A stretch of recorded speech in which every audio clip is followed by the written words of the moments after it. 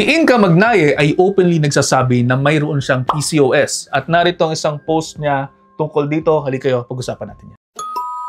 Kung ikaw ay isang babaeng mayroong PCOS, para sa iyo ang video na to. O kung ikaw ay isang lalaki na mayroon kang girlfriend or partner na may PCOS, para sa iyo rin ang video na to. Ang sabi ni Inka sa kanyang post sa Threads, nagpa-lab workout daw siya at nakita na siya ay pre-diabetic. Hindi daw siya nagbi-binge eat so sweets, hindi umiinom ng sodas, pero na-diagnose pa rin daw siya ng pre-diabetes. And she went on and on at sinabi po niya na it is her PCOS. Well, agree po ako dito dahil po ang PCOS o yung Polycystic Ovarian Syndrome ay constellation of symptoms. Kaya nga po ito tinawag na syndrome. At isa dito ay ang tinatawag na insulin resistance na siya ring dahilan ng pre-diabetes at ng diabetes. Now, ang sabi niya, kulang sa muscle or kulang ang muscle niya to help process glycogen dahil hindi siya nakakapag-workout nito mga nakaraang buwan.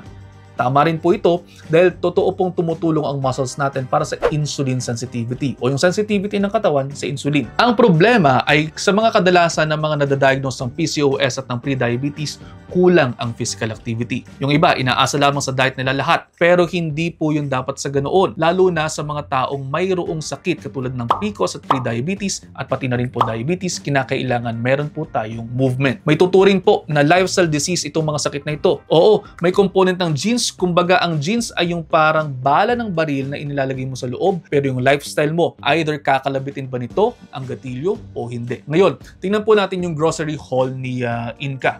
Mag-zoom in lamang tayo dito. Okay, from top to bottom tayo, merong kalamansi, may gulay, may itlog, may karne.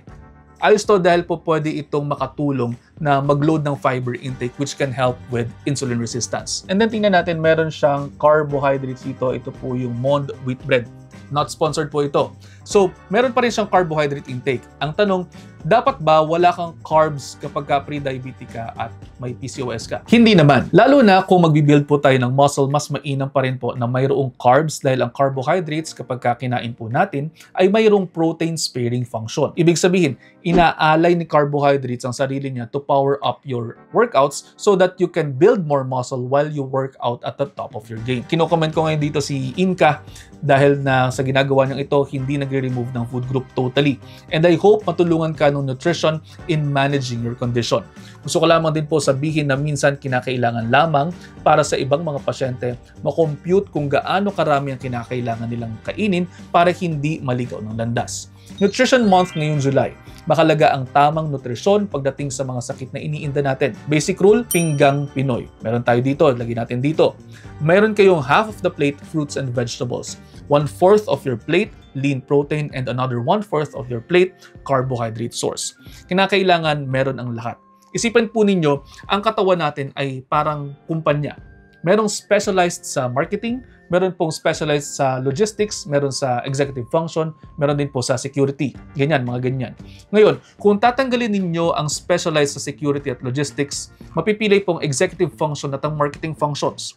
Imbis na mayroong security guard, ang magbabantay ng kumpanya ay yung may-ari mismo, hindi siya makapag-focus sa mga pagpaplano ng kanyang negosyo. Ganon din po sa katawan natin. Kapag tinanggal natin ang isang food group, you may experience problems in the long run. Hindi lahat, pero marami na pong nagkaroon ng ganoong problema. That is why consultation with the proper individuals is key para hindi po maligaw ng landas. At paano? Sana po may natutunan kayo sa video na ito. Kung mayroon man, pakishare po sa inyo mga kaibigan. Baka sakaling mas marami pa tayo matulungan. See you in the next episode. Ingat!